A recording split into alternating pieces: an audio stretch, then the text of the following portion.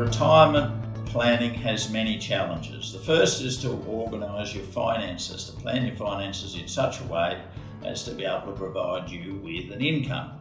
Because when you stop work, when you retire, naturally, your salary stops and you need to be able to arrange an income from other sources.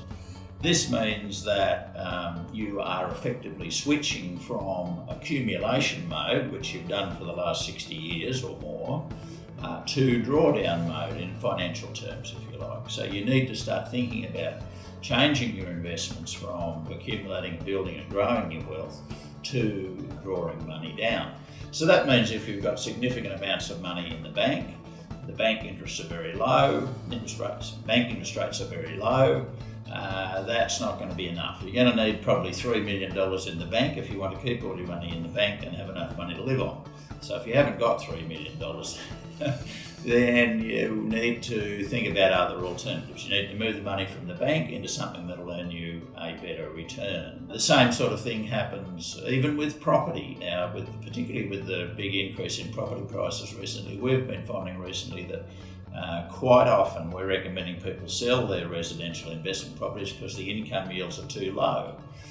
The typical income yields, are 2, 3, perhaps 4% if you're lucky after all your costs. And if you're getting 3% income yield on your capital, that is really not much better than the bank, and it's not going to be enough in retirement. So you're going to have to sell that asset and think about reinvesting it in an area that will produce a higher income return for you. Shares, some people have shares, of course, before they retire, and most people try to use dividend reinvestment plans so that they accumulate and get more shares together. Again, we need to change that around, perhaps not sell the shares, but at least ensure that the dividends are paid out and are going to be giving us cash flow from now on. The most common investment vehicle for retirement is what we use with our superannuation. It's called account-based pensions. Now, account-based pensions enable you to choose an income anywhere from about 4% per annum on the capital upwards to, perhaps 10%, although you've got to get a good return if you want to draw down at the rate of 10%. You can nominate the income level that you wish to draw.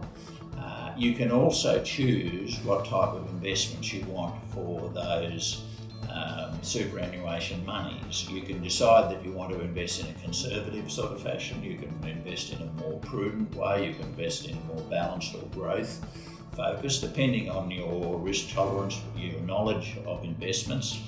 Of course, the conservative options will earn lower returns, but you may find that by consulting with a financial planner and getting to understand a bit more about how investments work, that the whole area of investing isn't as frightening as you thought it was.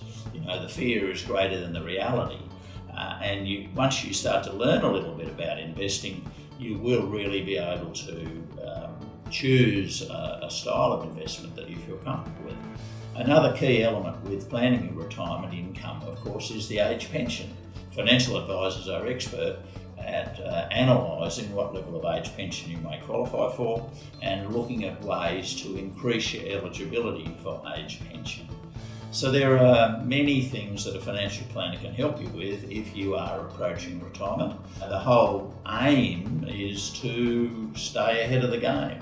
It's a changing world out there. We're going to see lots of changes in the economic environment, in tax rules. Your circumstances will change when you retire. A financial planner can help you plan your finances to work with all of those changes as time passes in your retirement years.